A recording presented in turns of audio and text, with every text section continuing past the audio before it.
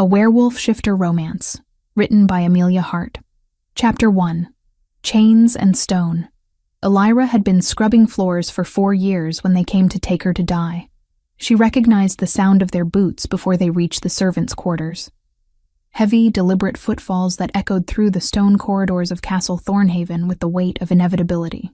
Every servant in the cramped room went still, heads bowed, breaths held, waiting to see who would be chosen. The door slammed open. 3 guards in the dark crimson livery of the council filled the doorway, their expressions carved from the same cold stone as the castle walls. "The Omega called Elira," the lead guard announced, his voice carrying no emotion whatsoever. "You are summoned for the ritual of the rejected." Every pair of eyes in the room turned toward her. Some held pity. Most held relief that it wasn't them. Elira set down her scrub brush with hands that only trembled slightly and rose to her feet. She'd known this day would come eventually. Defective Omegas didn't last long in the council's service before they were sent to the tomb. "Come willingly or be dragged," the guard said. "Your choice." Elira lifted her chin.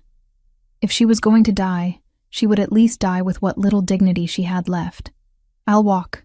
They shackled her wrists anyway. The iron was cold and heavy, the chains clinking with each step as they led her from the only shelter she'd known for the past 4 years.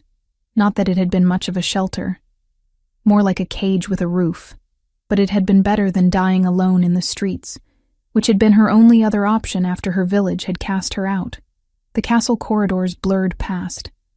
Servants pressed themselves against walls to let them pass, averting their eyes. Elira didn't blame them. Everyone knew what the ritual meant.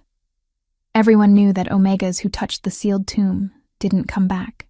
They passed through the main hall where the 5 lords of the council sat in their seats of power.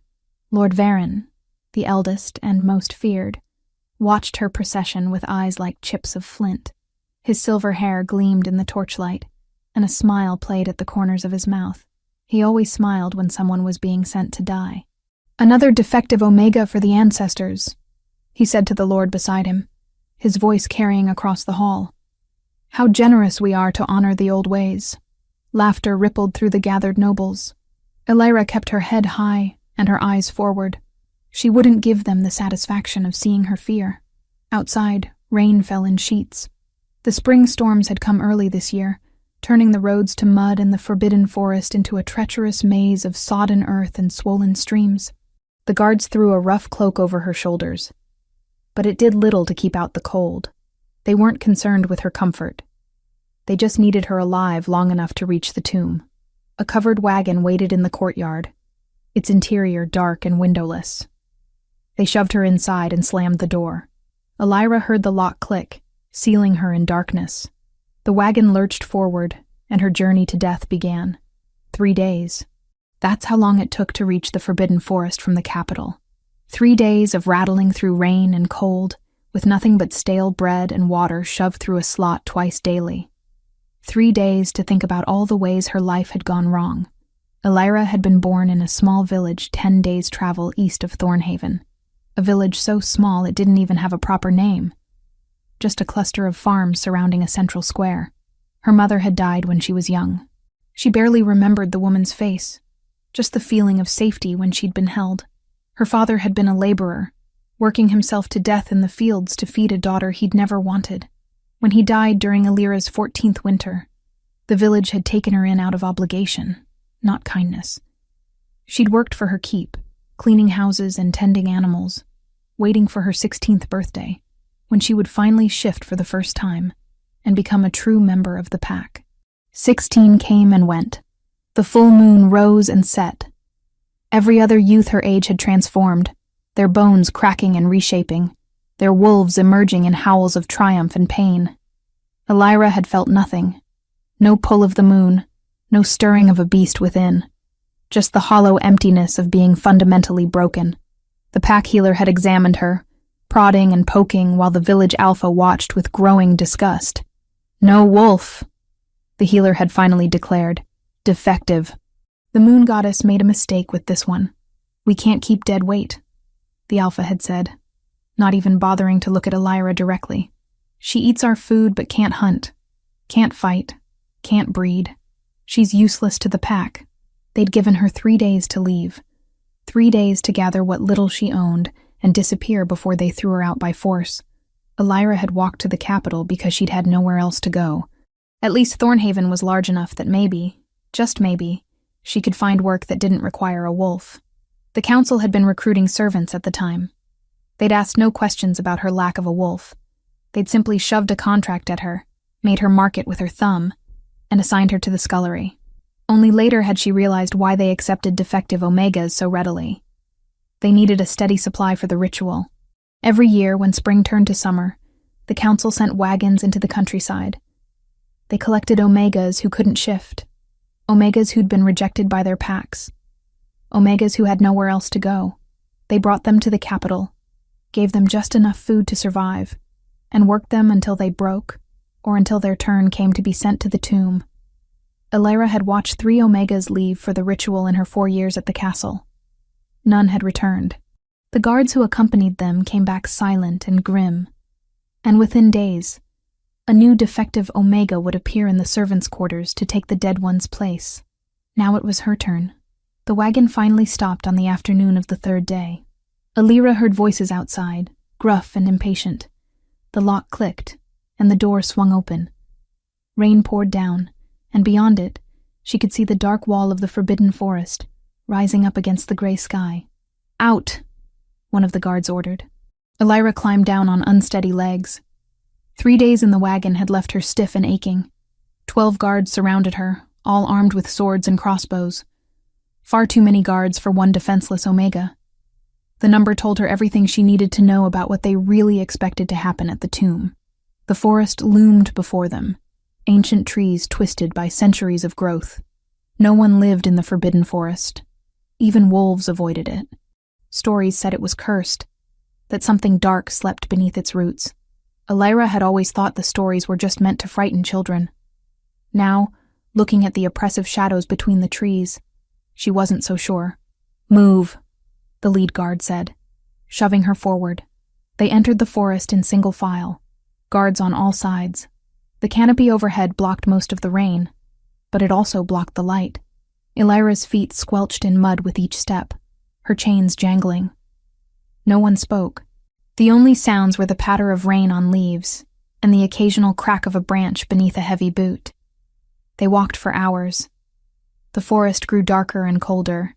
Elira's legs trembled with exhaustion, but whenever she slowed, a guard would shove her forward. They wanted this over with, wanted to complete their duty and return to the comfort of the castle. Finally, as twilight deepened into night, they reached a clearing. Elira stopped, breath catching in her throat. The tomb rose in the center of the clearing, carved from white stone that seemed to glow faintly in the darkness. It sat on a raised platform, 7 steps leading up to a sealed entrance. Strange symbols covered the stone, runes that hurt to look at directly. Power radiated from the structure, pressing against Elira's skin like a physical weight. This was no ordinary tomb. This was a prison, a cage built to hold something too dangerous to kill. "Forward," the lead guard commanded, though his voice had gone quieter, more cautious. Elira climbed the steps slowly, each one feeling like it might be her last. At the top, the sealed entrance waited. The stone was perfectly smooth except for a single circular seal in the center, marked with symbols that seemed to writhe and shift when she looked at them directly. The guards had spread out around the base of the platform, weapons drawn. Their formation was defensive, she realized. They weren't just here to make sure she touched the seal. They were here to kill whatever emerged if the tomb opened. "Touch it," the lead guard ordered. "Place your hand on the seal and speak the words of offering." Elira looked at the seal. This close, she could feel the magic emanating from it. Old magic. Dark magic. The kind that demanded payment in blood and bone. 3 omegas before her had touched this seal. 3 omegas had died screaming as the magic ripped them apart, rejecting them as unworthy. She would be the 4th. Just another defective omega ground up and discarded by forces she couldn't understand. At least it would be quick. That's what the servants had whispered. The seal killed fast. One touch, and your heart simply stopped beating. Elira raised her shackled hands toward the stone. Her fingers were inches away when she paused. A thought struck her, sudden and sharp. If she was going to die anyway, why should she give the council what they wanted? Why should she obediently walk to her death like livestock to slaughter? "What are you waiting for?" the guard demanded. "Touch it!" Elira looked back at him, at all 12 guards with their weapons ready. She looked at the tomb, at the prison that had held something for so long that even the council feared what might emerge. Then she looked at her own shackled wrists and thought about 4 years of scrubbing floors, 4 years of beatings and starvation, and being told she was worthless. Maybe the tomb would kill her. Probably it would, but at least she'd die having made a choice of her own. She pressed both palms flat against the seal. For 1 heartbeat, nothing happened. The clearing was silent except for the patter of rain and the nervous shifting of guards. Elira felt the cold stone beneath her hands, felt the throb of magic just beneath the surface, felt the world exploded in silver light. Chapter 2. Silver and Storm. The silver light wasn't just bright. It was alive. Elira felt it pour through her hands, into her blood, racing through every vein and artery like molten metal. The sensation should have been agony, but instead, it felt like recognition. Like something inside her that had been sleeping for her entire life suddenly opened its eyes and whispered, "Finally." The guards were shouting. She could hear them distantly, their voices distorted and strange. Then came a sound like thunder, except it originated from the tomb itself. A deep resonance that shook the ground beneath her feet and sent cracks spiderwebbing through the white stone platform. The seal beneath her palms shattered. Not crumbled or broke, but shattered into 1,000 fragments of light that dissolved into the air like snow melting on warm skin. The force of it threw Elira backward, and she braced for the impact of stone against her spine. It never came. An invisible barrier caught her, suspended her in the air for a heartbeat, before setting her down gently at the top of the steps. The same barrier that had saved her was now exploding outward in all directions. Elira watched as the 12 guards were picked up like leaves in a storm and hurled across the clearing. They crashed into trees with sickening thuds, their armor clanging, weapons scattering across the muddy ground. The tomb doors ground open. Stone scraped against stone, a sound that spoke of centuries of stillness finally broken. Darkness yawned beyond the entrance, so deep and complete that it seemed to swallow the light around it. Then he emerged. Slowly at first, as if even movement required effort. A figure that had to duck to fit through the doorway, broad-shouldered and tall. The pre-dawn light caught him in pieces. First his hand, long fingers with calluses that spoke of sword work. Then his arm, muscular and marked with old scars. His chest, bare except for the remnants of what might have once been fine clothing, now reduced to tatters. And finally, his face. Elira's breath stopped. She'd seen handsome men before.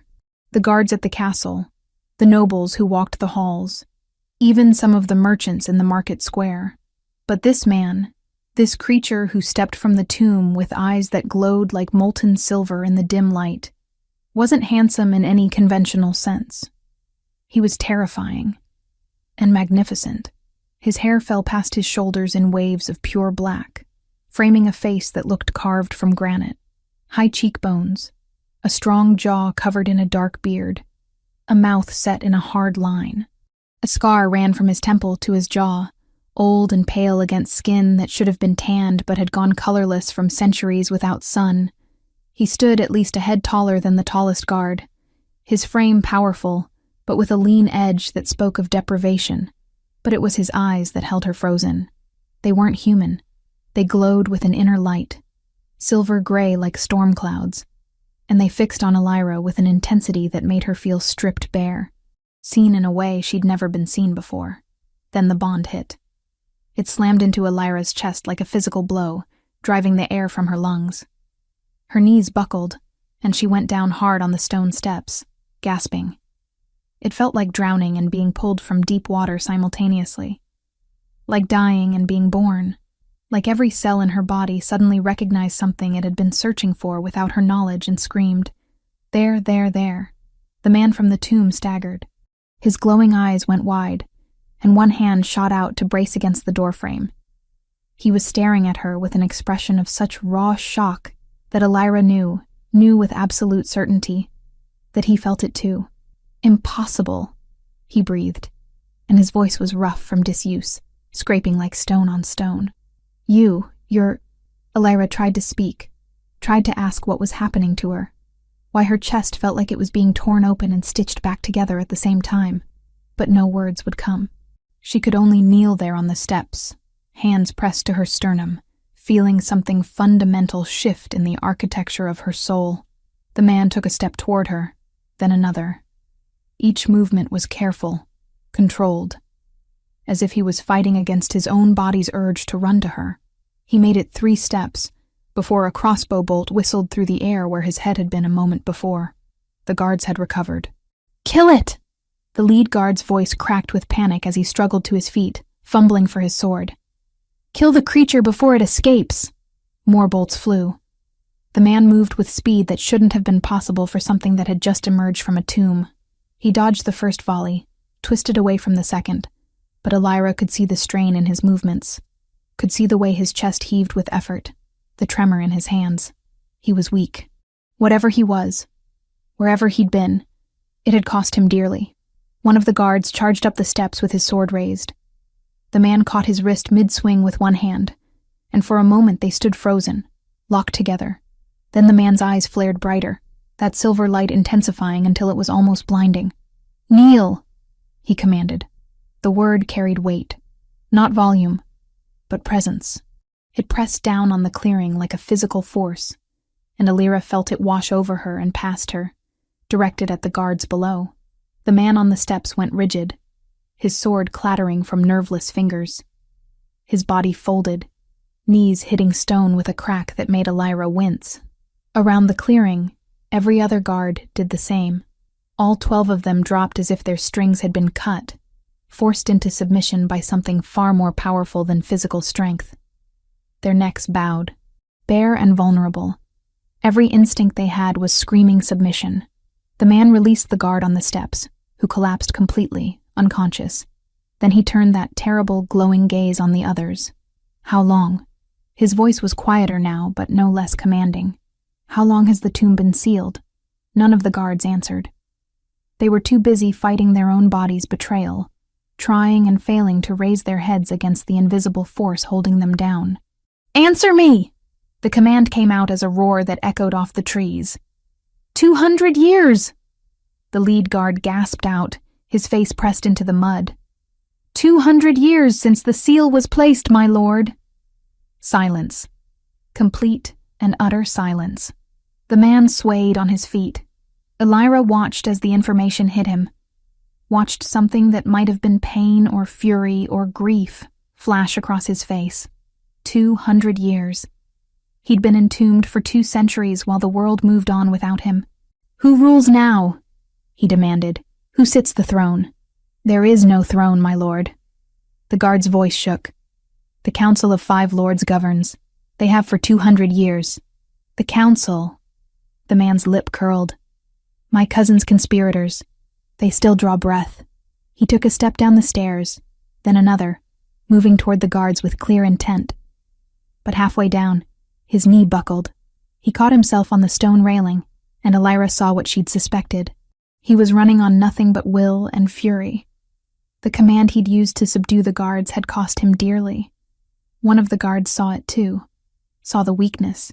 His hand moved slowly, carefully, reaching for something at his belt. A signal flare, Elira realized. The kind that would light up the sky and call reinforcements from miles away. "No," Elira found herself saying. The word came out hoarse, her throat tight. "Don't." The guard ignored her. His fingers closed around the flare. The man from the tomb's eyes snapped to the movement. He raised one hand, and power rippled through the air. The guard went rigid, then slumped, unconscious before he could strike the flare. Around the clearing, the other guards followed, dropping one by one like dolls with their strings cut. It was over in seconds. 12 guards lay unconscious in the mud, disarmed and defeated. The man stood alone in the center of the carnage, chest heaving with exertion. The glow in his eyes was dimming, his body trembling with strain. He'd won. but the cost was written in every line of his body. His gaze found Elira again, and something in his expression softened. He climbed back up the steps toward her, each movement deliberate. When he reached the top, he knelt so they were eye to eye. "You touched the seal," he said quietly. "You opened the tomb. Do you know what that means?" Elira shook her head mutely. "It means you're mine." The words should have sounded possessive, threatening. Instead, they came out with something like wonder. "Mine to protect. Mine to guard. Mine to—" He paused, eyes searching her face. "Cherish. I don't understand," Elira managed. "I'm nobody. I'm defective. I don't even have a wolf." His hand came up slowly, telegraphing the movement, giving her time to pull away. When she didn't, his fingers brushed her cheek with surprising gentleness. The touch sent sparks racing across her skin, and that feeling in her chest, the bond, flared brighter. "You have me," he said simply. "That's all that matters. Now we need to move. Those guards won't stay unconscious forever, and when they wake, they'll send word to the council. We need to be far from here when that happens." "Move where?" Elira asked. I can't." She couldn't finish. The enormity of what had just happened was crashing down on her. She was alive. The tomb had opened, and she was alive. This man, this impossibly powerful creature, was looking at her like she was something precious, instead of something broken. "With me," he said, and there was no room for argument in his tone. "You're coming with me." He stood, pulling her up with him. Elira's legs were unsteady, and when she swayed, he caught her. For a moment they stood there, his arm around her waist, her hand pressed against his chest. She could feel his heartbeat beneath her palm, strong and steady despite his obvious exhaustion. "What's your name?" she asked. "Kale," he said. "Kale Stormborn. And 200 years ago, I was the Alpha King of these lands." His eyes hardened. "I intend to reclaim what was stolen from me. Starting now." He swept her into his arms before she could protest, carrying her as if she weighed nothing. Then he was moving, running down the steps and into the forest with speed that stole her breath. Trees blurred past, the ground disappearing beneath his feet. But Elira could hear it, the raggedness in his breathing, the slight hitch in his stride. He was pushing himself beyond his limits. "You don't have to carry me," she said. "I can walk." "No," Kyle said shortly. "You can't. Not fast enough. They'll come. We need distance before they regroup." So Elira held on, her arms around his neck, her face pressed against his shoulder. The bond between them hummed with each heartbeat, growing stronger with proximity. She didn't understand it, didn't understand any of this, but as the tomb disappeared behind them and the forest swallowed them whole, one thing became clear. Her old life was over. Whatever came next, whoever this Alpha King truly was, she was bound to him now in ways she couldn't begin to comprehend. And terrifying as that was, it was also the first time in her life she'd ever felt like she might belong somewhere. Chapter 3. Broken Bonds. Kale ran until his legs threatened to buckle beneath him. 5 days of relentless travel through hidden forest paths, over rocky terrain that tore at Elira's thin shoes, through streams swollen with spring rain. He pushed them both to the edge of collapse, driven by the knowledge that the council's hunters would not be far behind.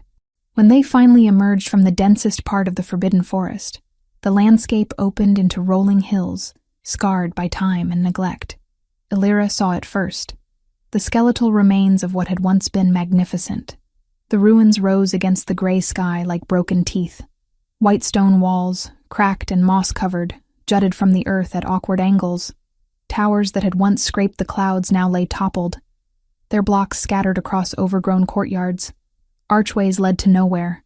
Staircases climbed toward empty air. This had been a castle once, a seat of power that commanded respect and fear in equal measure. Now it was a graveyard of stone and memory. "This was yours," Elira said quietly, not quite a question. Kale's jaw clenched. "This was the heart of the kingdom, where my father ruled, and his father before him, going back 1,000 years, until my cousin decided blood meant less than ambition." They picked their way through the debris, Kale's hand steady on Alira's elbow when the ground grew treacherous.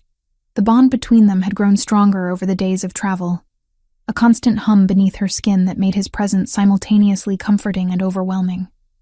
She found herself hyper-aware of every movement he made, every breath, every time his eyes tracked to her face as if to confirm she was still real.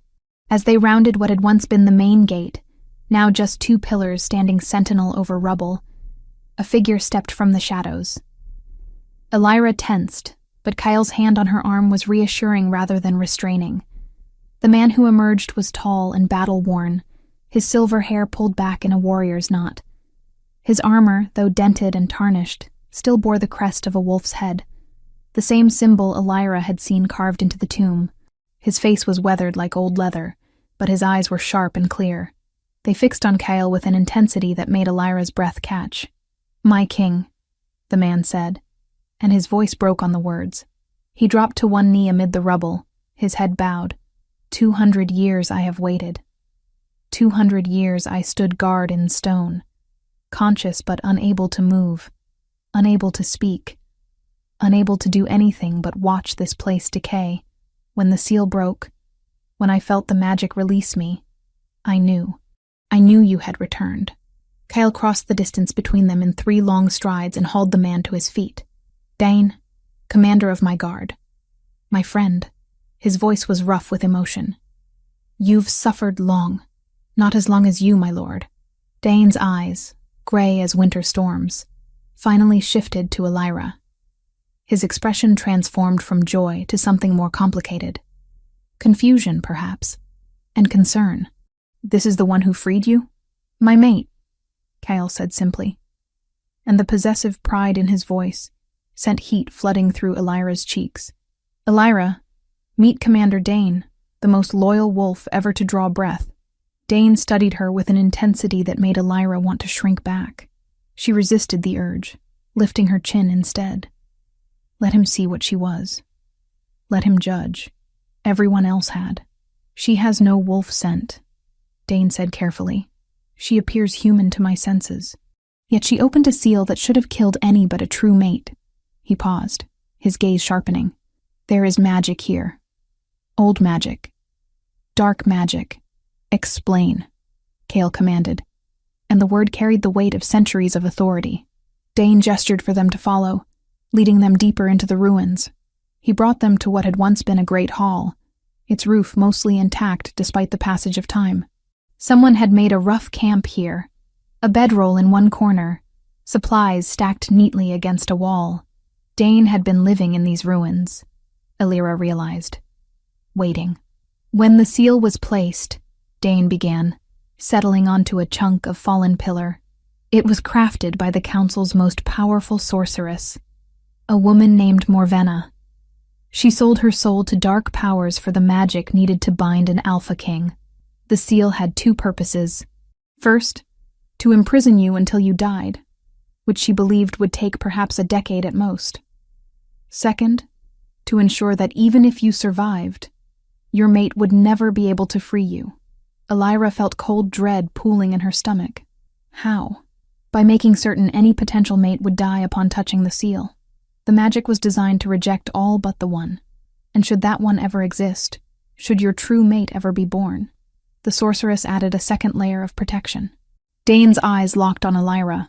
She would be cursed before birth, cursed to never manifest her wolf, cursed to be rejected by her own kind, cursed to be so broken and worthless that she would die long before reaching the tomb. The words hit Alira like physical blows.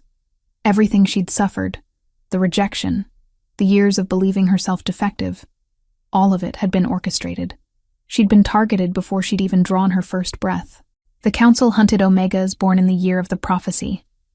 Dane continued, his voice heavy. Any female child born to shifter parents, particularly those of Omega lineage, was marked. Many were killed outright. Others were cursed as you were. The council wanted to ensure no mate of yours would ever survive to free you. Kale's hand found Alira's, his fingers intertwining with hers. The bond flared at the touch, warm and grounding. Yet she survived. She reached the tomb. She freed me, which means the curse was not complete. Dane said. Or perhaps it was never meant to be. The sorceress who cast it died 20 years ago, her power finally consuming her from within. But the curse remains, embedded in your mate's very essence. Can it be broken? Alyra asked, her voice steadier than she felt. Dane's expression was grave. Yes, but the cost is high, and the time is short. You have 7 lunar cycles from the moment the seal broke to complete the mate bond fully. Mark and claim, body and soul. If you fail, the curse will activate its final purpose. It will kill you both. The Omega first, her heart simply stopping. And then the Alpha King, as the severed bond tears him apart from within. 7 moons. 7 cycles to solidify a connection with a man she'd known less than a week. 7 chances to defy a curse that had been crafted specifically to destroy her. The silence that followed was thick and heavy. Kale's grip on her hand tightened. Not painful, but possessive. Protective. Then we have our path, Kale said finally. We strengthen the bond. We break the curse. And then we reclaim what was stolen from me. It won't be simple, my lord, Dane warned. The bond can only be completed through choice, not compulsion. Forcing it will trigger the curse just as surely as failing to complete it. Your mate must choose you freely, must accept the marking and the claiming with full knowledge and consent. And she must have time to know you, to trust you, before that choice can be genuine. Kale looked at Alyra, his storm-gray eyes searching hers. Then I will earn her trust. I will prove myself worthy of her choice, however long it takes. You have 6 moons left, Dane said quietly. 6 moons. Alyra felt the weight of that deadline settle over her shoulders like a physical burden. 6 cycles to fall in love with a man who'd been entombed for 2 centuries. 6 chances to accept a fate that terrified and tantalized her in equal measure. Tell me about the council, Kale said, releasing Alyra's hand to pace the ruined hall. His movements were still stiff, his body not yet fully recovered from centuries of stasis. Who rules now? What forces do they command? Dane's expression darkened. 5 lords govern in your absence, descended from those who betrayed you. Lord Varen leads them, your cousin Aldrich's grandson. He has inherited both his grandfather's cunning and his cruelty. The council rules through fear and dark magic, bleeding the land dry with taxes and forced conscription.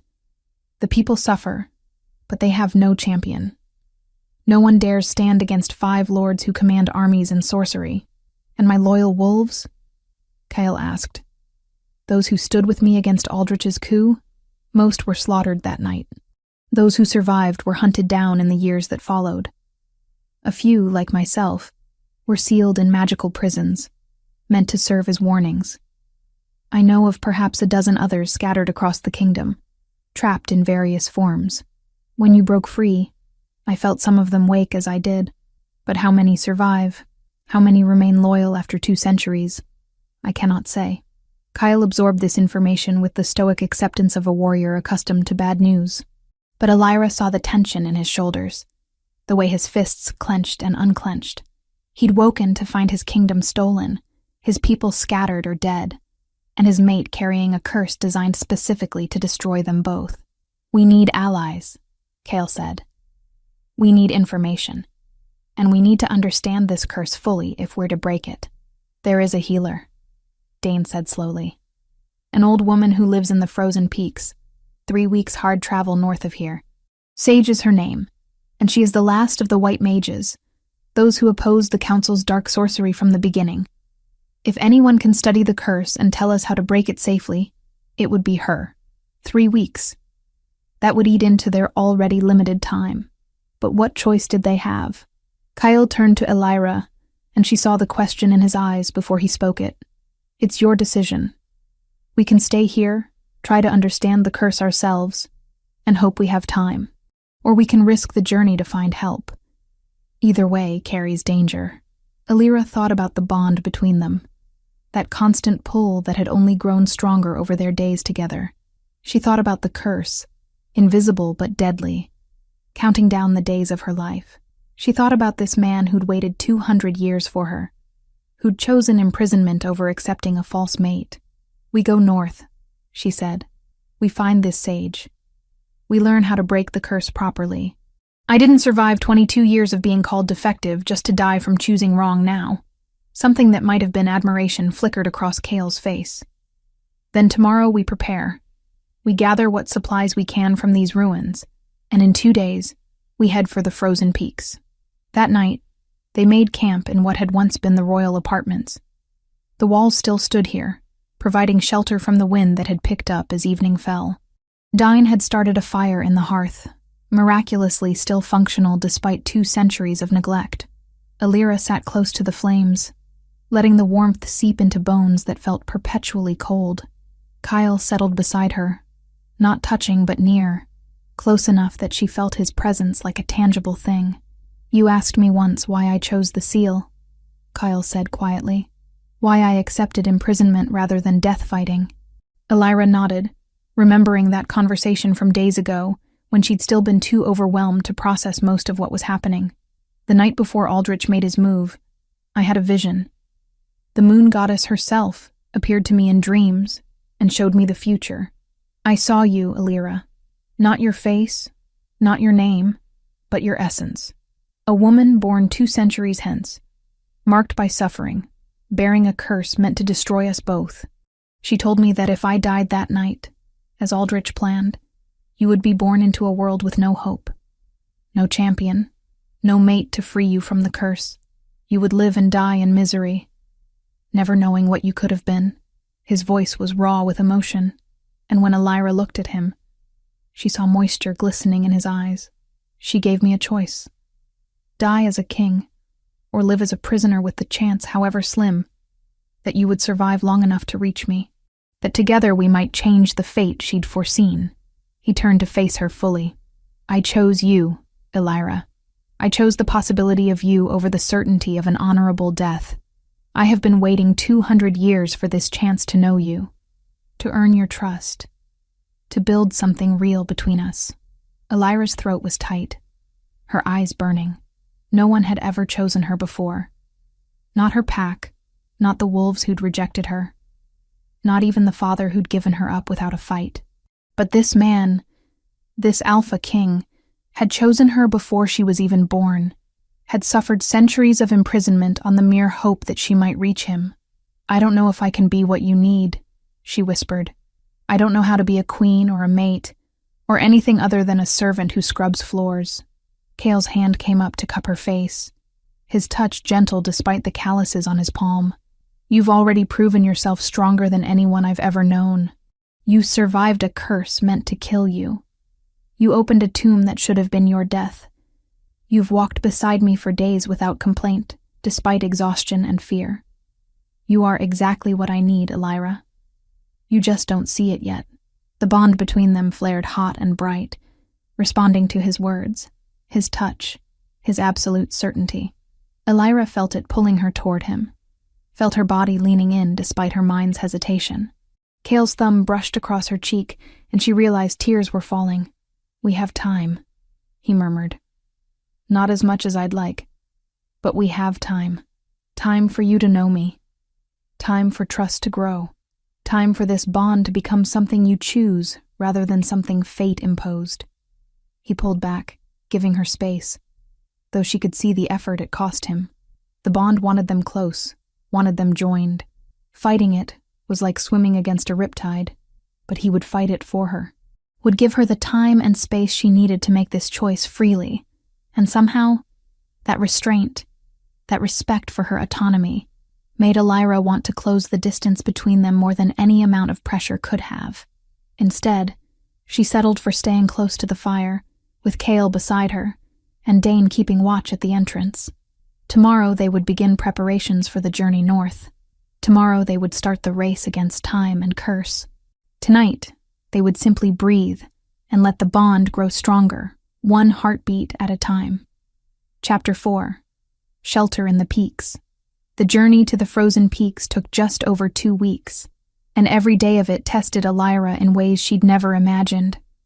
They left the ruins with what little Dane had managed to salvage over the years. Rough traveling cloaks, dried meat that tasted like leather, water skins that leaked if not held carefully. Kale led them north through terrain that grew progressively more hostile. Rolling hills gave way to rocky foothills, which in turn climbed toward mountains whose peaks were lost in perpetual clouds. Elira's feet, accustomed to stone floors and short walks between kitchen and hall, blistered within the first 3 days. She wrapped them in strips of cloth torn from her already tattered dress and kept walking. Complaining would only slow them down, and they had 5 moons left. 5 cycles to reach this healer, understand the curse, and complete a bond that still felt both impossibly intimate and frustratingly distant. Kyle watched her constantly, not obviously, but she felt his eyes tracking her movements, assessing her stamina, noting when she favored her left foot or when her breathing grew labored. On the 4th day, when she stumbled over a root she was too exhausted to see, he simply swept her into his arms without a word and carried her for the next 2 hours. "I can walk," Elira protested, though secretly grateful for the reprieve. "I know," Kale replied, "but we make better time this way, and your pride isn't worth losing days to infected blisters." It was practical, pragmatic, yet the way he held her, careful and secure, spoke of something beyond mere efficiency. The mate bond hummed between them, content with the closeness, and Elira found herself relaxing against his chest, despite her embarrassment. Dane scouted ahead, his experience as a warrior evident in how he moved through unfamiliar territory. He found game trails that made the climbing easier, located streams where they could refill their water, spotted signs of danger before they stumbled into it. On the 7th night, he returned to camp with tension written across his weathered face. "Hunters," he said quietly, settling beside the small fire Kale had built in a natural hollow between rocks. "Council hunters, judging by their gear. 3 of them, moving parallel to our path about a mile east." Kale's expression hardened. "They're searching for us? They're searching for something. Could be us. Could be general patrols. The council has always maintained hunters in these regions, keeping the population fearful and compliant." Diane poked at the fire with a stick. "We should assume they know you've escaped and are actively looking. How long until they cross our trail?" Kale asked. "If we're lucky, not at all. If we're not, tomorrow morning when they sweep west." They extinguished the fire and moved camp twice during the night, putting distance between themselves and the hunters. Elira walked in darkness, guided only by Kale's hand on her elbow and Dane's whispered warnings about obstacles. By dawn, she was so exhausted she could barely see straight. But they'd evaded the hunters. For now. The incident drove home just how precarious their situation was. They weren't just racing against a magical deadline. They were fugitives in a kingdom that wanted Kale dead, and Elira returned to whatever fate the council had planned for failed ritual participants. On the 10th day, they reached the foothills of the true mountains. The air grew thin and cold, each breath burning Elira's lungs. Snow appeared in patches at first, then in persistent drifts that made walking treacherous. Kale fashioned rough snowshoes from branches and rope, and though they were crude, they kept them from sinking knee-deep with every step. "How much farther?" Elira asked through chattering teeth. The cloak Dane had given her was meant for autumn travel, not mountain winters. 2 more days to the settlement where Sage lives, Dane replied, though these last 2 days will be the hardest. The path grows steep, and there are places where a single misstep means a fall that no wolf, no matter how strong, could survive. That night, they found shelter in a shallow cave barely large enough for the 3 of them. Kale built a fire at the entrance, using his body to block the wind that howled across the mountainside. Elira huddled close to the flames, trying to absorb whatever warmth she could. Dine excused himself to scout the area, leaving Elira and Kale alone for the first time in days. The silence stretched between them, broken only by the crackle of burning wood and the distant moan of wind. "You're stronger than you look," Kale said finally, his voice low and rough. "Most wolves raised in comfort wouldn't have made it this far." "I wasn't raised in comfort," Elira replied.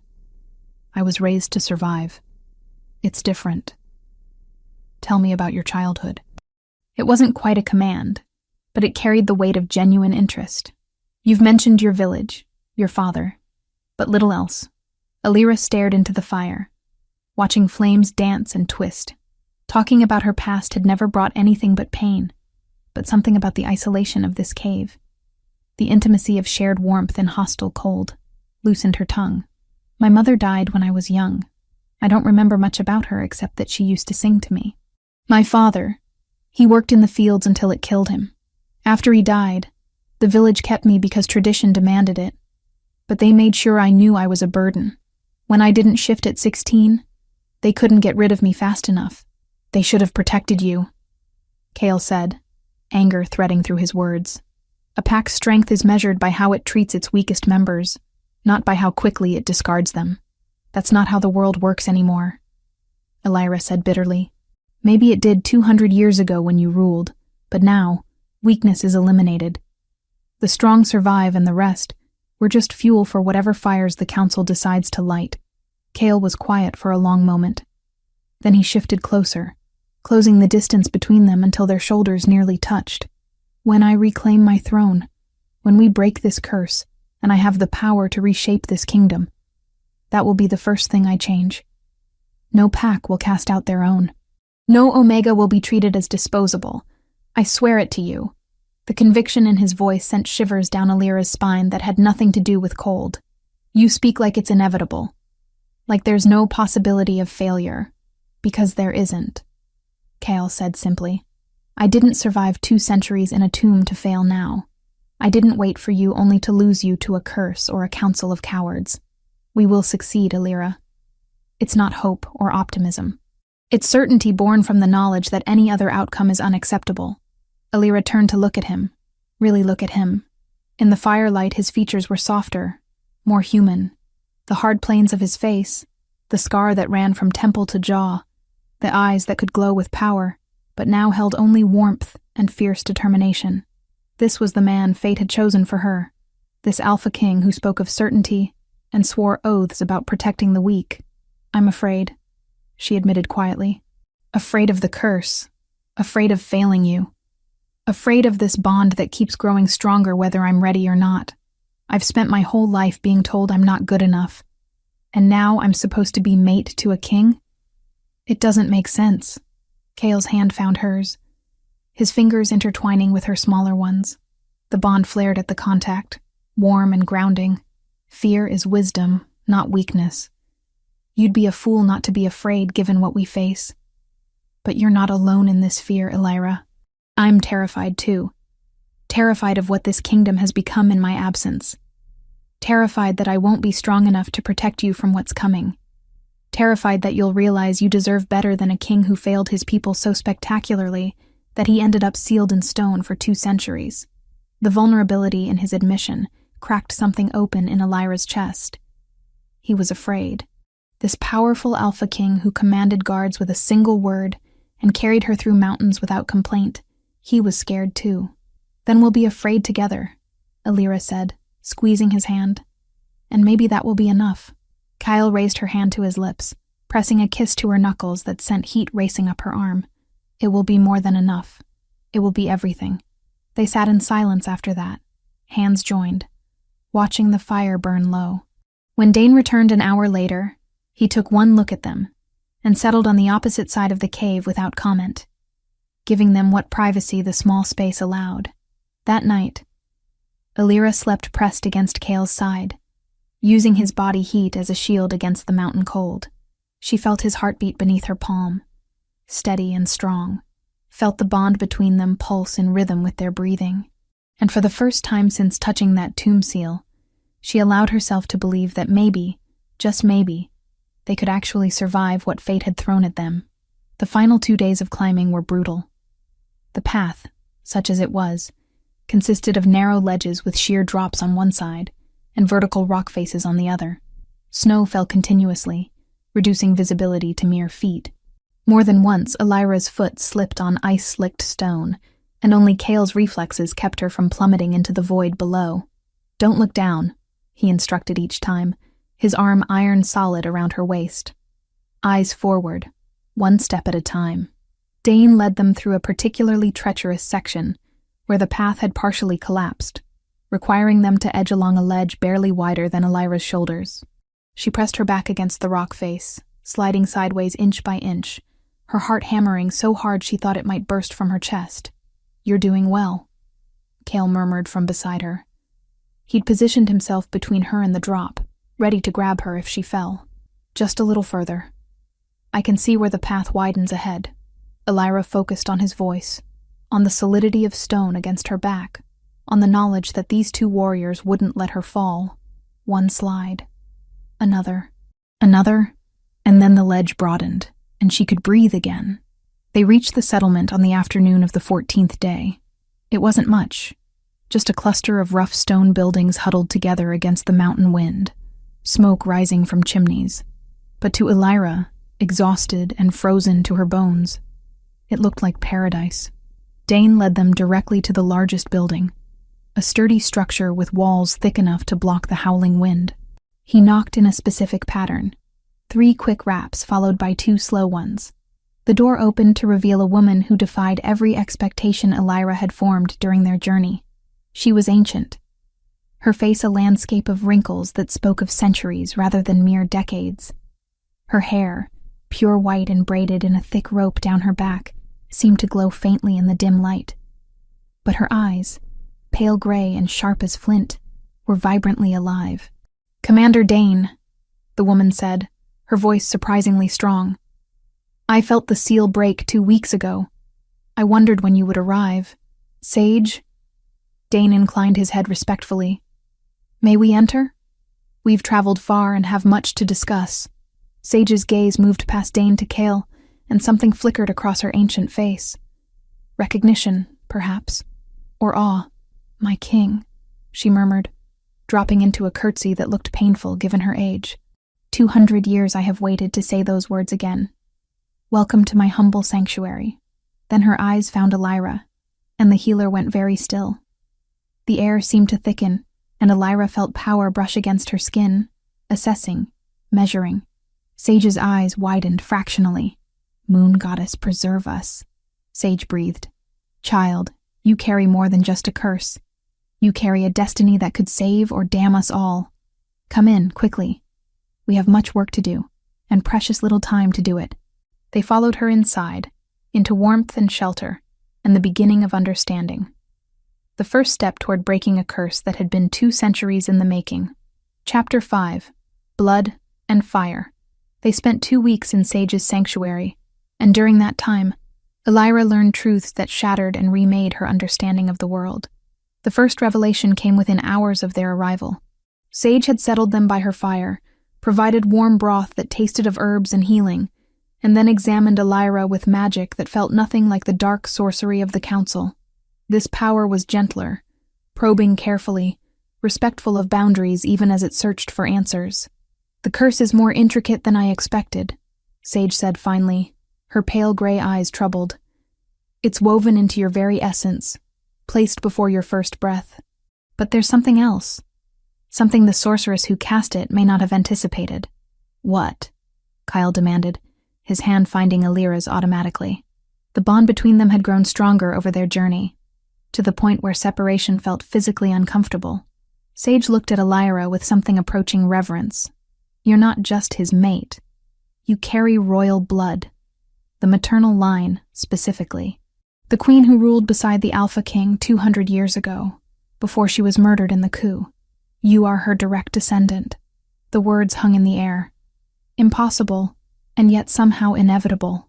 Elira felt the truth of them resonating in her bones. "My mother," she whispered. "She died when I was young. I never knew her family, never knew where she came from. She was hiding," Sage said gently. "Protecting you. The royal bloodline was hunted to extinction after the coup. Any child who might have a claim to the throne was killed. Your mother must have concealed her identity, lived as a commoner, and died keeping that secret. The curse was meant to kill you before you could awaken to your heritage, before you could become what the moon goddess intended. Not just the Alpha King's mate, but his true queen." Cale's grip on Elira's hand tightened. "The council knew. That's why they targeted Omega births so viciously. They weren't just trying to prevent my mate from freeing me. They were trying to eliminate the royal bloodline entirely." "Precisely," Sage confirmed. "United, The two of you represent the legitimate throne. Your combined bloodlines make you unassailable legally, magically, and politically. The council has ruled through fear and stolen power for 2 centuries. But they have no true claim. You do. The weight of that knowledge settled over Alira like a physical burden. She'd gone from worthless Omega to potential queen in the span of hours, and her mind struggled to process the magnitude of the shift. Over the following days, Sage worked to understand the curse's mechanics. She explained that the mate bond, normally a blessing, had been weaponized. The curse used the bond's power against them, turning what should have strengthened them into a countdown to death. You have 3 moons remaining, Sage said on their 5th day in the sanctuary. Her expression was grave. I can accelerate the bond's development, help it reach the strength needed to break the curse, but it will be agonizing. The process that should take months will be compressed into weeks.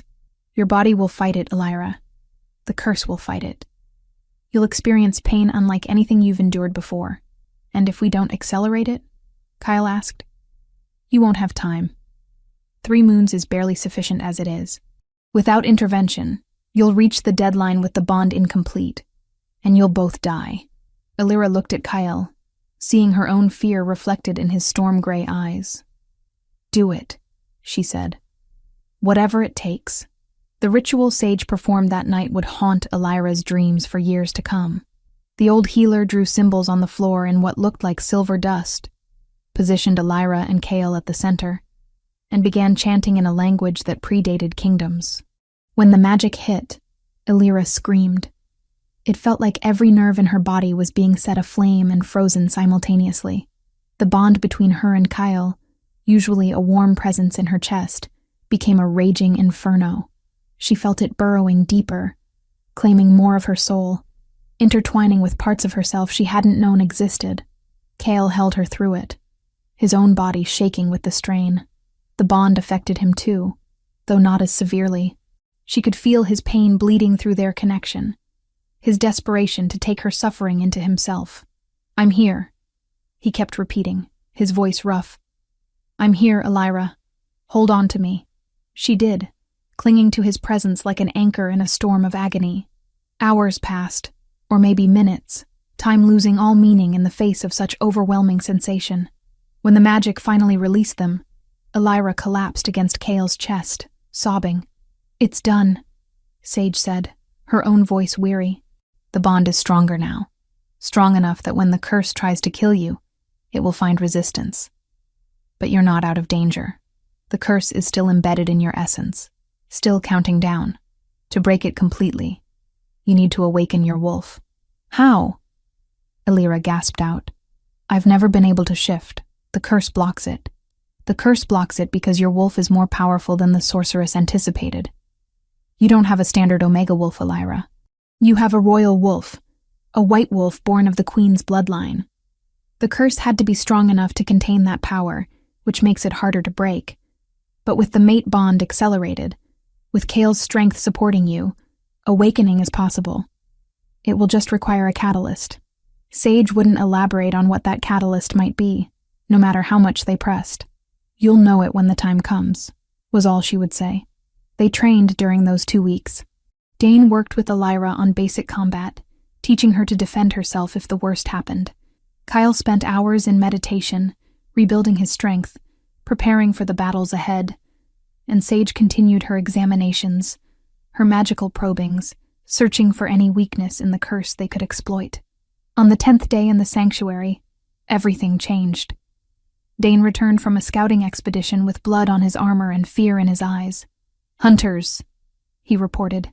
Council hunters, at least 20 of them, moving up the mountain. They're searching systematically, checking every settlement, every cave. Someone told them we came this way. Alira felt ice flood her veins. How long?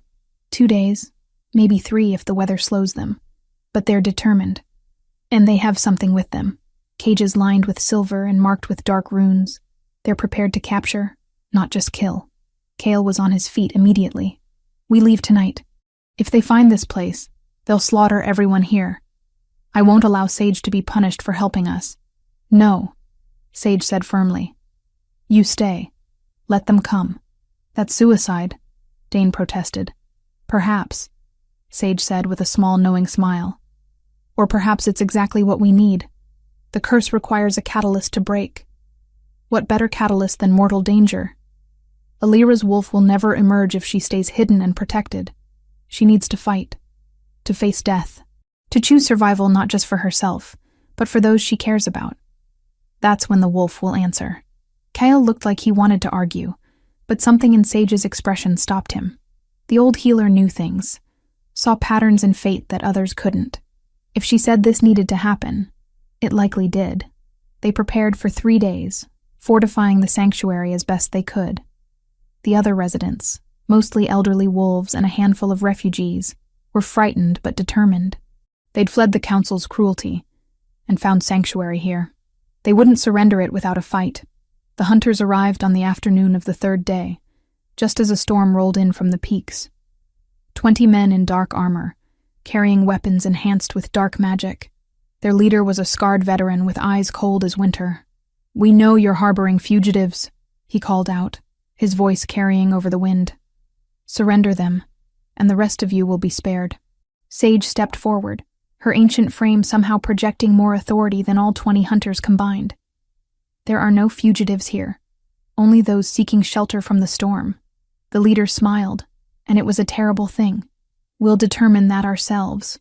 The hunters moved to attack the sanctuary, and chaos erupted. Dine met them first, his sword flashing.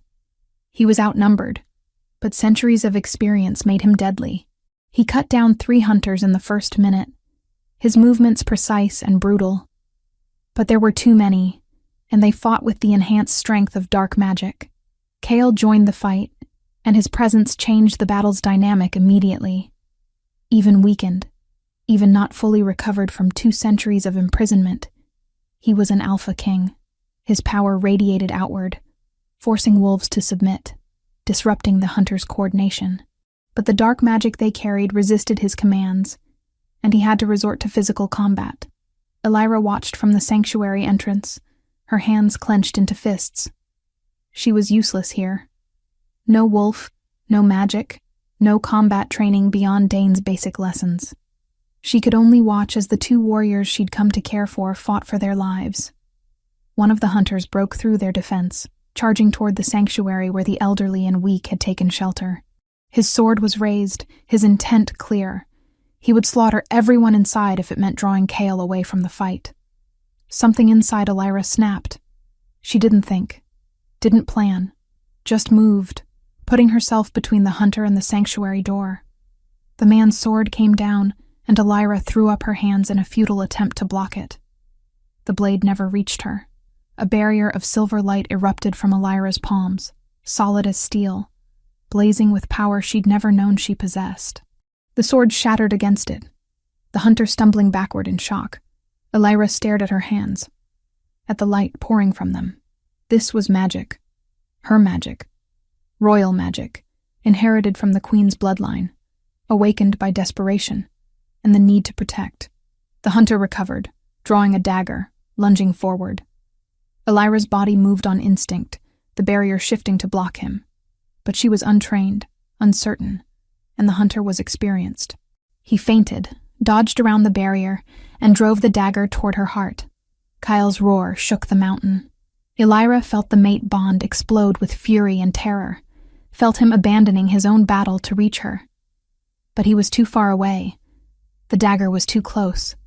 She was going to die, and something inside her, something that had been locked away for 22 years, finally woke up.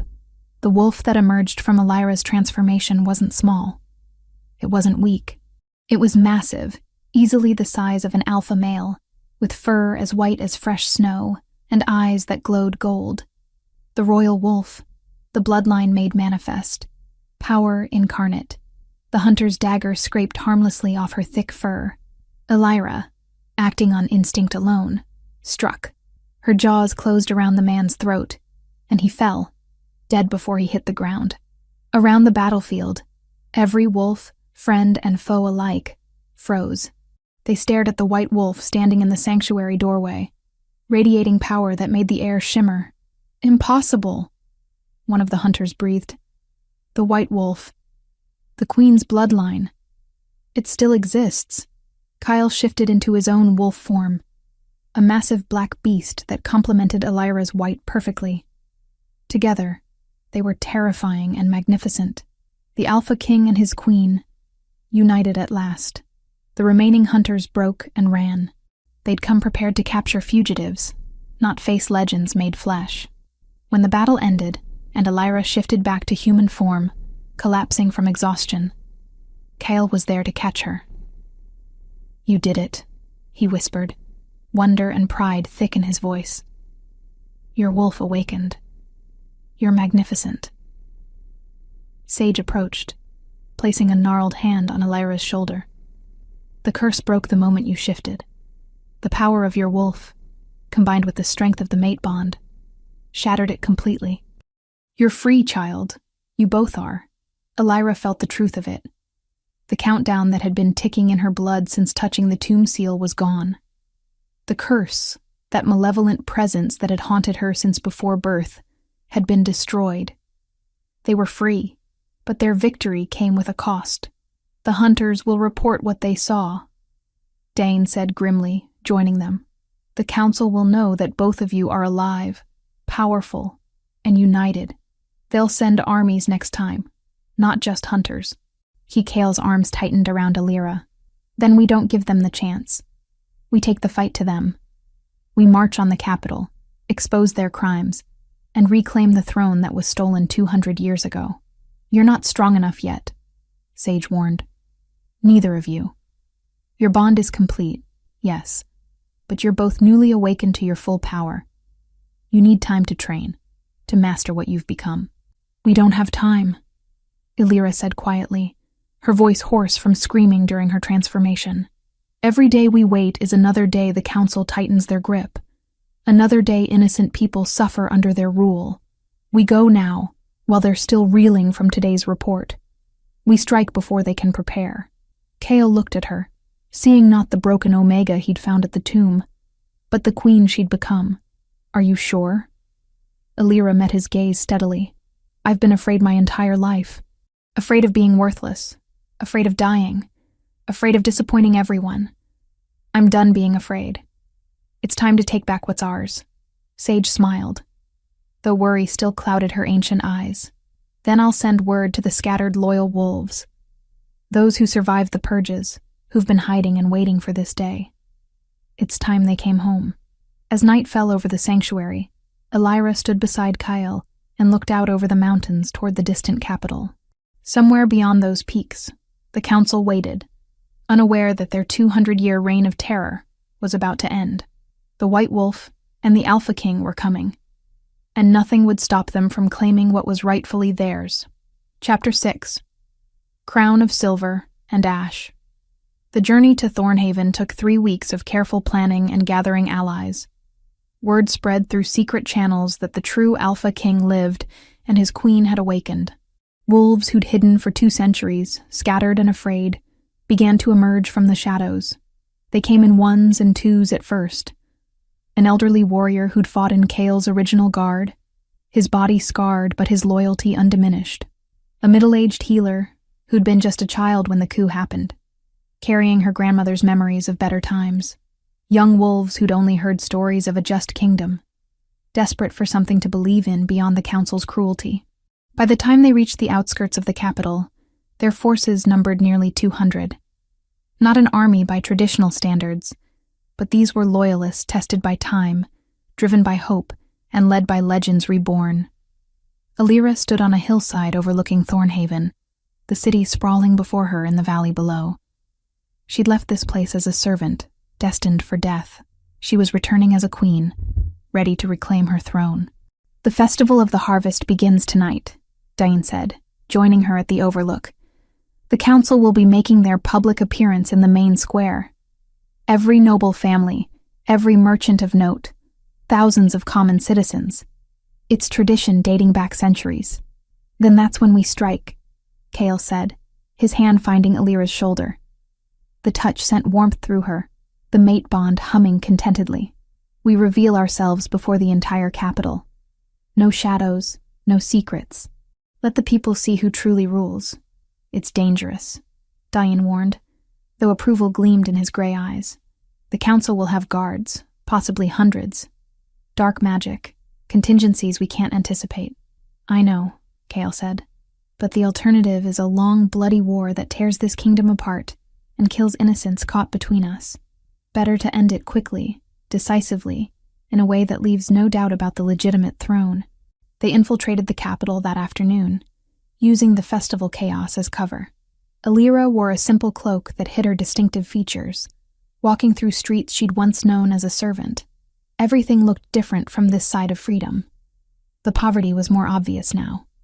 Children begging at corners, buildings in disrepair, guards everywhere, their presence oppressive rather than protective.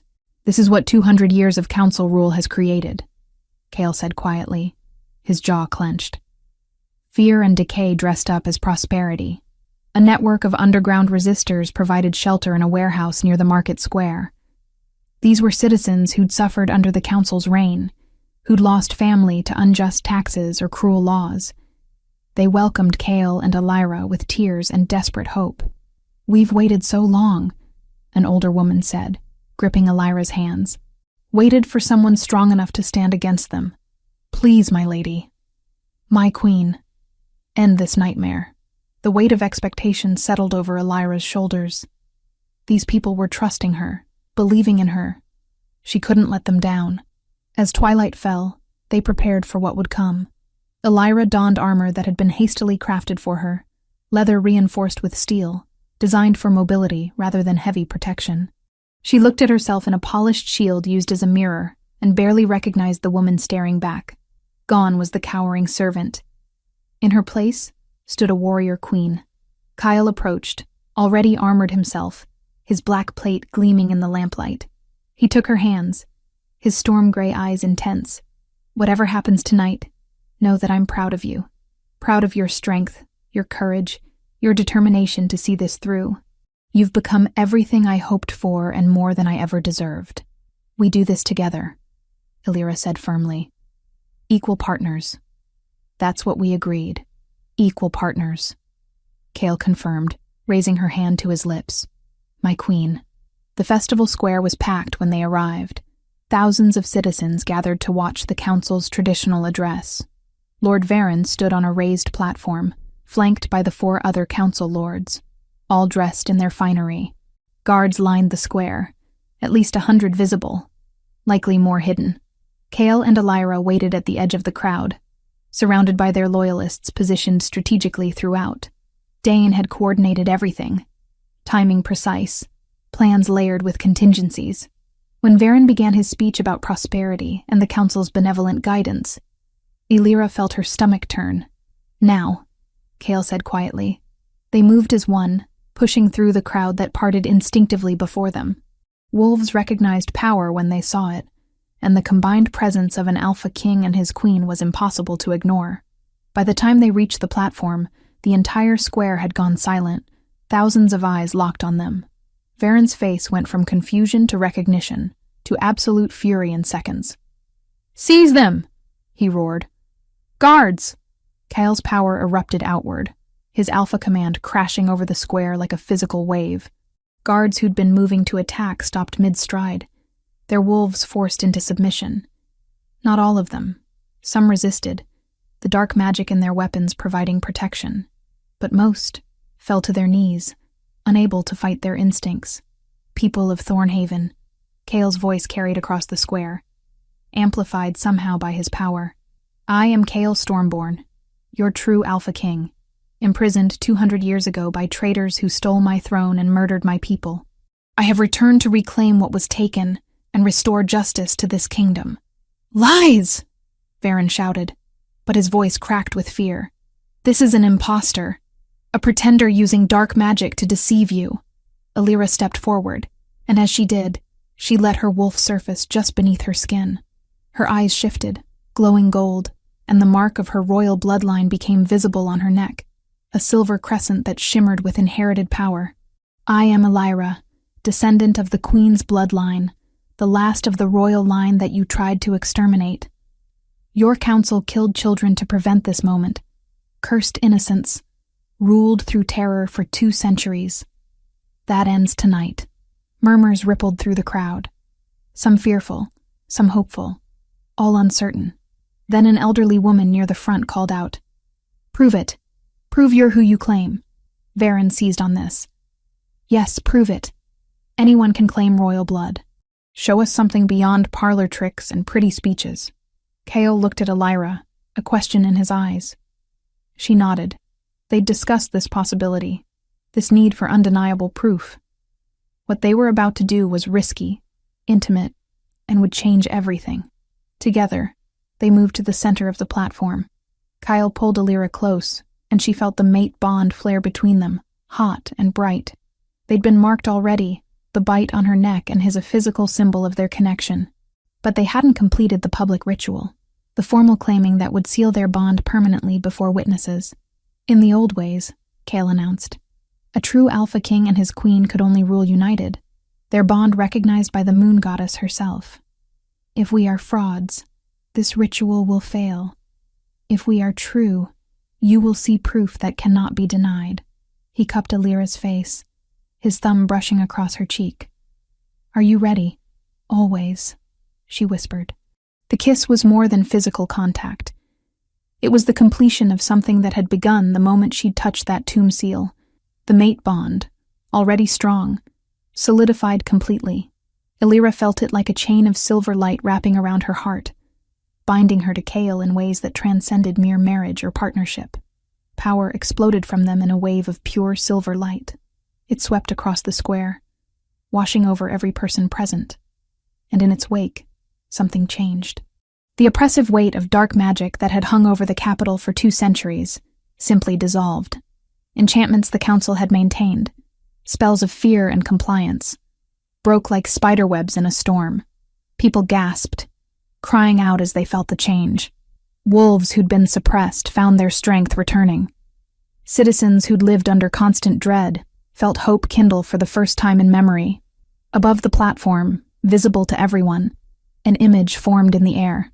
The moon goddess herself, her form made of silver light and ancient magic. She looked down on Kale and Elira with approval, then spoke in a voice that resonated in everyone's bones. "I bear witness to this union. King and queen, chosen and true, blessed by moon and star. Let none who value their soul challenge what I have sanctioned." The image faded, but the message remained. The moon goddess had appeared to confirm their claim. There could be no higher authority, no greater proof. The square erupted. Some people fell to their knees in reverence. Others cheered, decades of suppressed hope finally finding voice. The guards who'd been held by Kale's alpha command released their weapons, shifting allegiance in the face of undeniable divine approval. Varen tried to run. He made it 3 steps before Elira's wolf burst free, white fur gleaming as she crossed the platform in a single leap. Her jaws closed around his ankle, bringing him down hard. She shifted back to human form, standing over him with a sword she'd taken from a surrendered guard. "You ordered my death before I was even born," Elira said, her voice cold as winter. "You tried to exterminate my bloodline. You cursed innocence and ruled through terror. Give me one reason I shouldn't end you here." Varen stared up at her, all his arrogance stripped away, leaving only a frightened old man. "Mercy," he gasped. "I beg for mercy. The same mercy you showed to countless others," Elira asked. But she didn't strike. Instead, she looked at Kyle, who'd joined her. "What does justice look like for 200 years of atrocities?" Kyle studied Varen for a long moment. Death would be too quick. He'll stand trial, face every family he's wronged, answer for every crime. Then he'll spend whatever remains of his life in the same dungeons where he imprisoned innocents. It was just. It was measured. It was the kind of punishment that showed they were different from the council, that their rule would be about justice rather than revenge. The other 4 council lords surrendered without fight, their power broken, their schemes exposed. Guards loyal to the old regime either fled or swore new oaths. By the time the moon reached its peak, the square belonged to Kale and Elira completely. Dane approached, his weathered face split by a rare smile.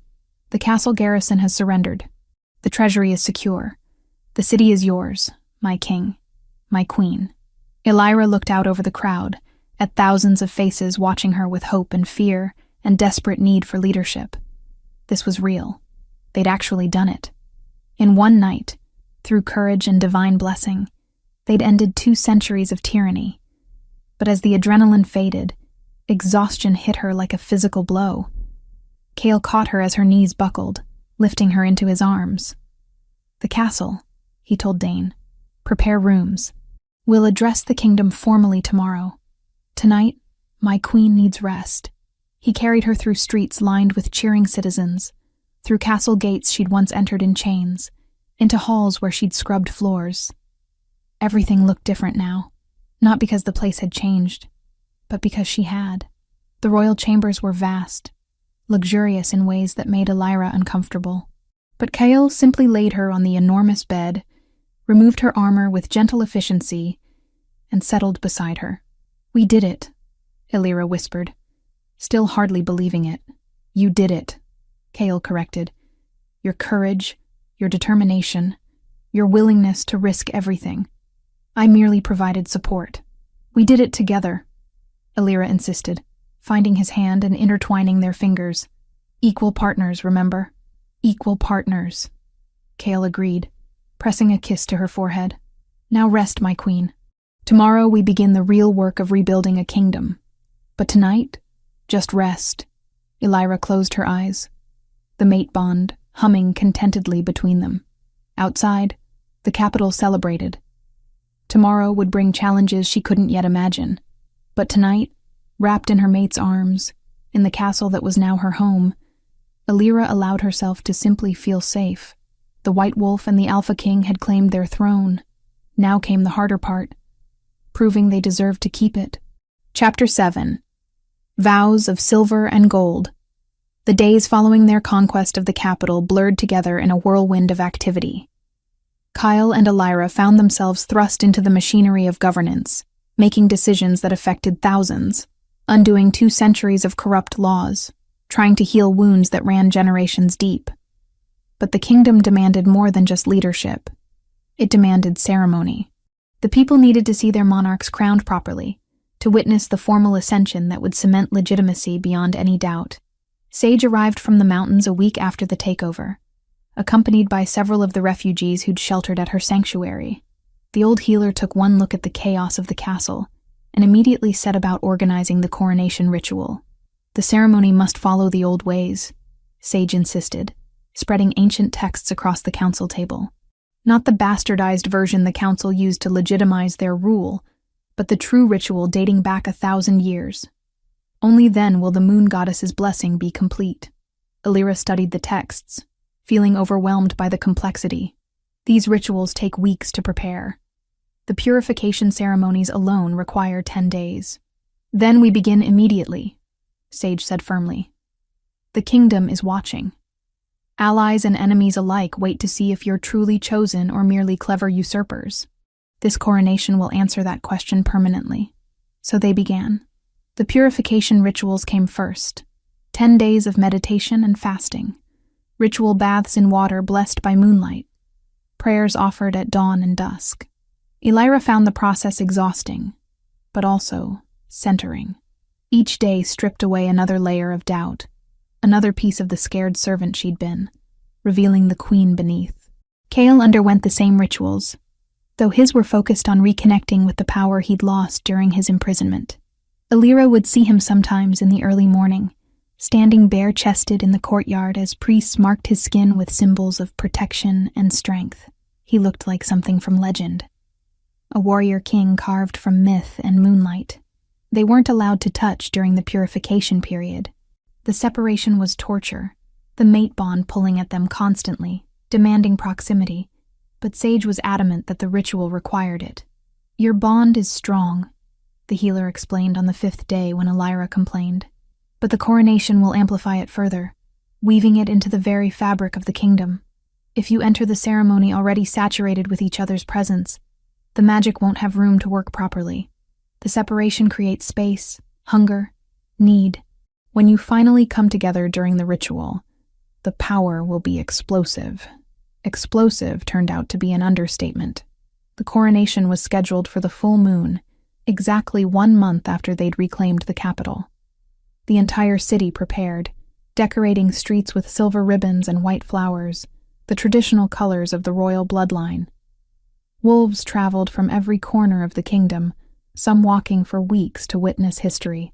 The ceremony would take place in the ancient temple at the heart of the city, a structure older than the castle itself. It had been abandoned during the council's reign, deemed too connected to the old ways they'd tried to erase. Now it stood cleansed and restored, its white marble walls gleaming in preparation. On the morning of the coronation, servants came to prepare Elira.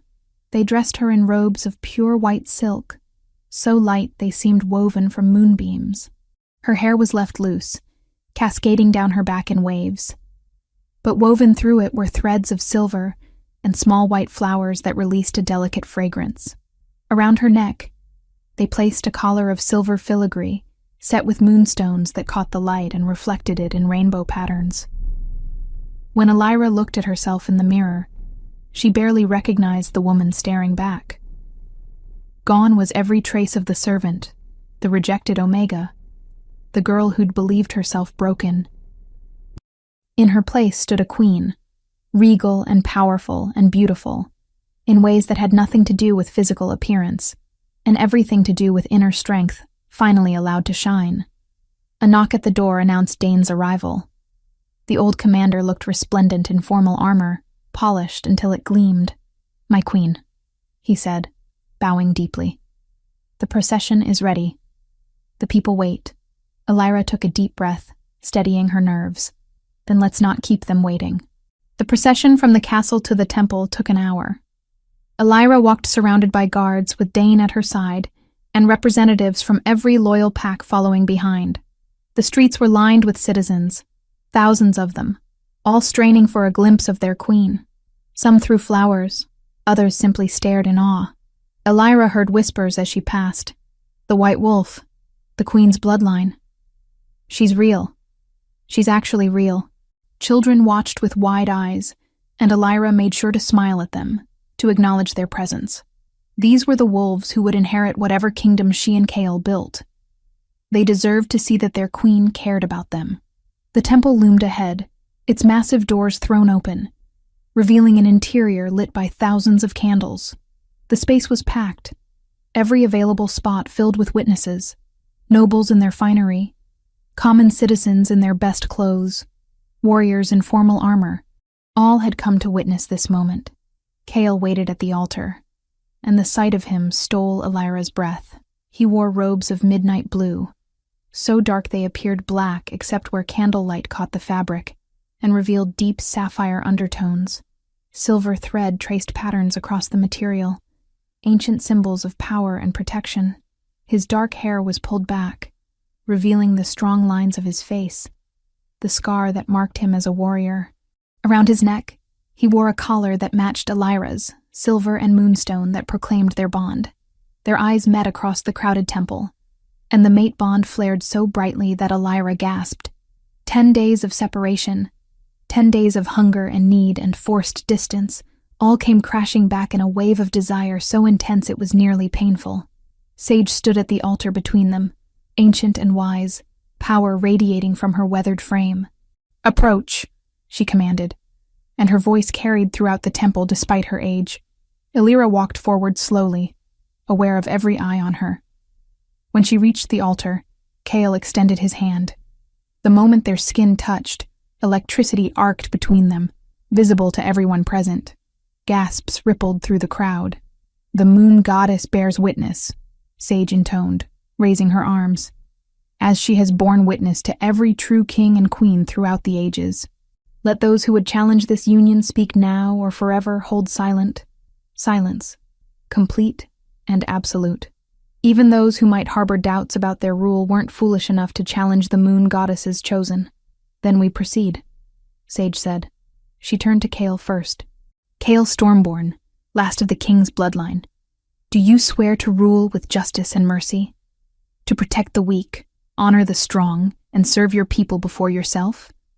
Do you accept the burden of the crown and all it demands?" Kale's voice rang clear and strong. "I do so swear, by moon and star, by earth and sky. I accept this burden and will bear it until death claims me, or the kingdom no longer needs me. Sage nodded, then turned to Elira. Elira, last of the queen's bloodline, do you swear to rule with wisdom and compassion? To heal the wounded, guide the lost, and stand as shield for those who cannot protect themselves? Do you accept the burden of the crown and all it demands? Elira felt the weight of thousands of eyes, the expectations of an entire kingdom. But more than that, she felt the rightness of this moment. I do so swear, by moon and star, by earth and sky. I accept this burden and will bear it until death claims me, or the kingdom no longer needs me. Then receive the blessing of ages, Sage said. 2 attendants approached, carrying crowns on velvet cushions. The crowns were ancient, forged in an age when magic and metal were one. Kale's was heavy gold, set with dark sapphires that seemed to hold captured starlight. Elira's was lighter, crafted from silver, and set with moonstones that glowed with inner fire. Sage took Kale's crown first, holding it high. By the power vested in me by the moon goddess, by the authority of the old laws, I crown you Kale Stormborn, Alpha King of these lands, protector of the realm, servant of the people. May your reign be long, and your justice swift. She placed the crown on his head, and power exploded through the temple. Kale's eyes flared bright silver, his alpha presence radiating outward until every wolf in the building felt the weight of their true king's authority. Some gasped, others wept. All bowed their heads in recognition. Then Sage turned to Elira, taking up the silver crown. By the power vested in me by the moon goddess, by the authority of the old laws, I crown you Elira, lunar queen of these lands, heart of the realm, mother of the people. May your reign be long, and your mercy boundless. The crown settled on Elira's head, and something within her awakened fully for the first time. Not just her wolf, though that rose up howling in triumph, but something deeper, older, the accumulated power of every queen who'd worn this crown before her. She felt their strength flowing into her, their wisdom, their determination. She wasn't alone in this. She carried the legacy of centuries. The temple erupted in light, silver and gold intertwining, spiraling upward to the domed ceiling. The moon goddess's blessing made manifest, visible proof that these were her chosen rulers. Let the bond be sealed, Sage announced. This was the final part of the ritual, the public claiming that would bind Kale and Elira, not just to each other, but to the kingdom itself. Kale pulled Elira close, his hand cupping the back of her neck, his forehead pressing against hers. My queen, he whispered, for her ears alone. My mate, my heart, my king. Elira replied, tears streaming down her face. My mate, my soul. He marked her then, his teeth finding the spot on her neck where he'd bitten her before. But this time was different. This time, the mark glowed with silver light, visible to everyone, a permanent symbol of their bond. Elira marked him in return, her smaller teeth finding his neck, and when her mark blazed gold, the crowd roared their approval. The mate bond, already strong, became something more. It expanded outward, encompassing not just the two of them but the entire kingdom. Every wolf present felt it, a connection to their rulers that ran deeper than loyalty or law. This was pack bond, on a scale never before attempted, tying monarchs to subjects in a way that meant their fates were truly intertwined. Kale and Elira would feel their people's pain, their joy, their needs, and the people would feel their rulers' dedication, their love for the kingdom, their commitment to service. It was intimate and overwhelming, and absolutely right. When they finally broke apart, both breathing hard, Sage spoke the final words. By moon and star, by crown and bond, I present to you your true rulers. King Kale and Queen Elira, chosen by the goddess, blessed by the people, united in purpose. Long may they reign. Long may they reign. The crowd took up the chant, voices rising until the temple shook with sound. Long may they reign. The feast that followed lasted 3 days. The castle's great hall had been transformed, every surface draped in silver and gold, tables groaning under the weight of food prepared by cooks who'd worked for weeks. Musicians played ancient songs, celebrating the return of the true bloodline. Dancers performed traditional dances that hadn't been seen in 2 centuries. Elira and Kale sat at the high table, wearing their crowns, acknowledging well-wishers and accepting oaths of fealty from nobles who'd been too afraid to reveal their loyalty before. Some were genuine. Others were clearly opportunistic, switching sides now that the council had fallen. Kale accepted them all with measured grace, though Elira could feel his skepticism through their bond. On the 3rd night, as the festivities finally wound down, Kale pulled Elira away from the crowd. They slipped through hidden passages to the royal chambers, finally, blissfully alone. "We did it," Elira said, removing her crown with relief. The thing was heavier than it looked. "We're just beginning," Kale corrected, removing his own crown and setting it beside hers. "The coronation was ceremony. Now comes the real work of ruling." "I know," Elira said, "and I'm terrified." "So am I," Kyle admitted, pulling her into his arms. "But we face it together. Equal partners, remember? Equal partners," Elira agreed, tilting her face up for a kiss. The kiss was gentle at first, a reaffirmation of their bond. But it quickly deepened, 10 days of separation and the intensity of the coronation ceremony fueling need that had been barely contained. They came together with desperate hunger, claiming and being claimed, the mate bond singing between them as they finally, properly consummated their union in the royal bed. Later, lying tangled in silk sheets, Elira traced the crown mark on Kale's chest, where the coronation magic had left its permanent seal. "What do you think the kingdom will look like in 10 years? 20? Stronger," Kale said without hesitation. "Healed.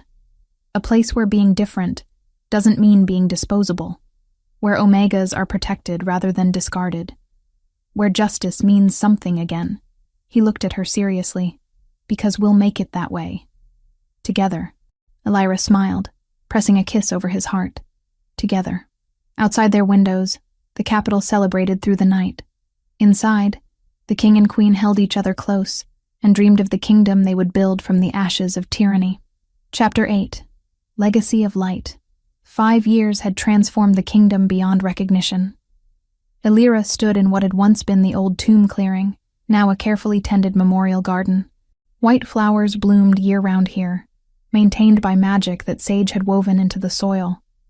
The tomb itself remained, but the seal was gone, replaced by an inscription in silver that read, "From darkness came light. From imprisonment came freedom. From despair came hope." She placed a hand on her swollen belly, 7 months pregnant with twins. The healers had confirmed it 5 months ago. 2 strong heartbeats, 2 alpha wolves already making their presence known. The kingdom had celebrated for weeks when the announcement was made. After 2 centuries of stolen rule and broken bloodlines, the legitimate royal line would continue. "You're supposed to be resting," Kyle's voice came from behind her, warm with affection and exasperation in equal measure. Elira turned to find her mate approaching, his dark hair touched with silver at the temples now, though he was still only 33 by the calendar. The stress of rebuilding a kingdom aged a man, even an alpha king. "I've been resting for months. I needed air." "Then let me at least keep you company," Kale said, settling beside her on the stone bench someone had placed near the memorial. His hand found her belly automatically, and she felt the twins respond to their father's touch, shifting and kicking. "They're restless," Elira observed. "Like their father. Or their mother," Kale countered. "You're the one who insisted on personally overseeing the new Omega Sanctuary yesterday, despite being heavily pregnant. Someone had to ensure it was done right," Elira said firmly. The Omega Sanctuaries were her personal project, safe houses scattered throughout the kingdom, where any Omega who felt unsafe or unwanted could find shelter, education, and protection. In 5 years, they'd established 23 such sanctuaries, and not a single Omega had been executed or abandoned since Kale and Elira took the throne. "I'm not arguing," Kale said, pressing a kiss to her temple.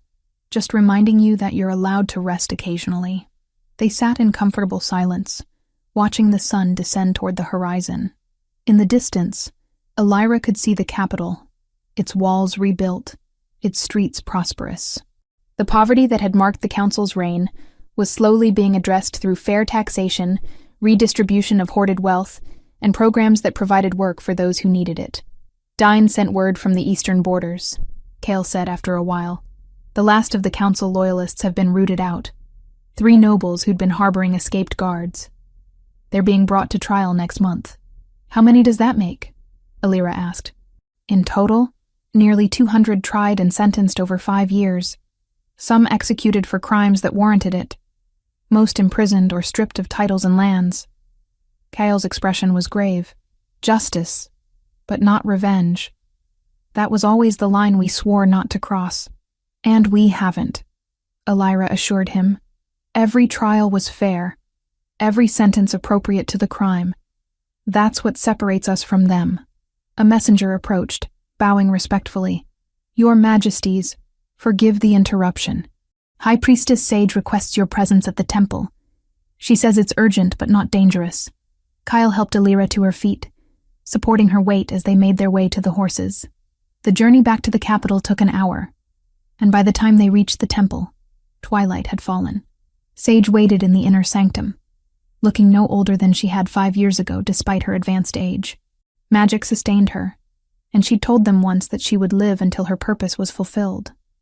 That purpose, apparently, involved guiding the kingdom's restoration. The moon goddess spoke to me in a vision, Sage said without preamble. The twins you carry are blessed. The boy will inherit his father's strength and strategic mind. The girl will inherit her mother's compassion and gift for healing. Together, they will rule even more justly than you have. Alira felt tears prick her eyes. They'll have the chance to grow up free, to choose their own paths. That's all I ever wanted. They'll have more than that, Sage said gently. They'll have parents who love them, a kingdom that values them, and a legacy of hope rather than fear. You've broken a cycle that had lasted generations, Alira. That's no small thing. Over the following weeks, the kingdom prepared for the birth with excitement that bordered on frenzy. Artists created paintings of the expected heirs. Musicians composed songs celebrating the new princes. Gifts arrived from every corner of the realm, from nobles and commoners alike. Alira gave birth on a night when the full moon hung heavy and bright overhead. The labor was long and difficult. Her body pushed to its limits, bringing 2 alpha wolves into the world. But Cale never left her side, his hand in hers, his voice steady as he talked her through each contraction.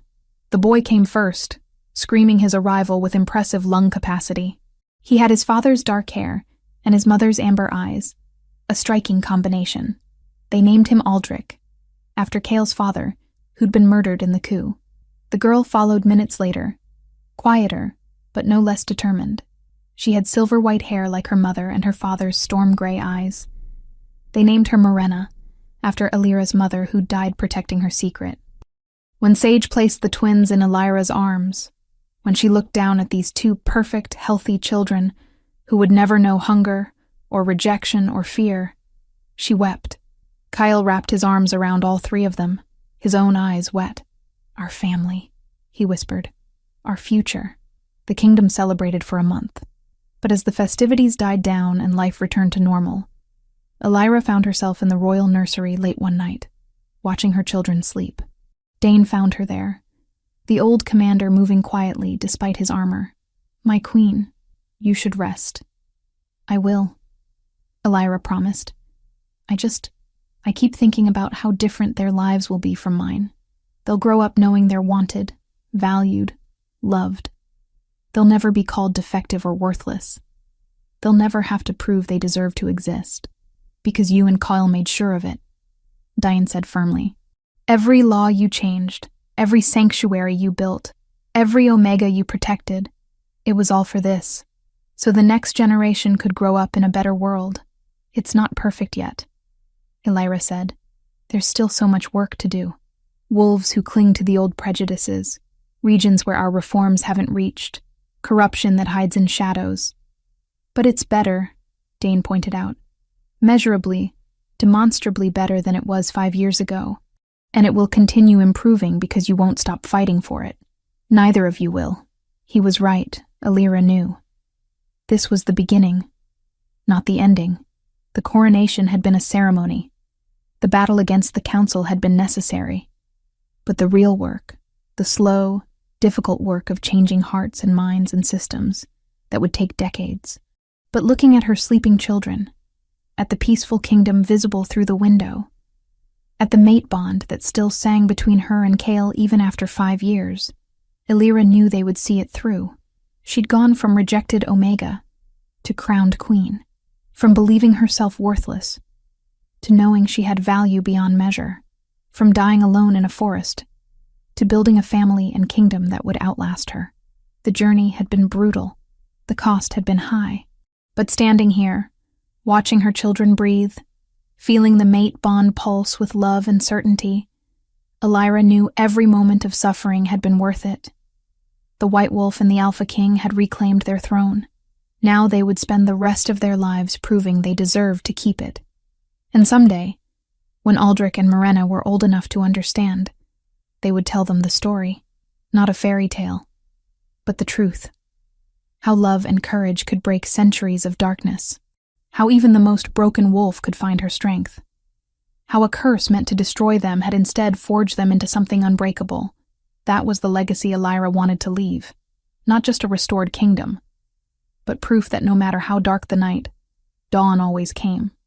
And sometimes, if you were very lucky and very brave, you got to help paint the sky with light.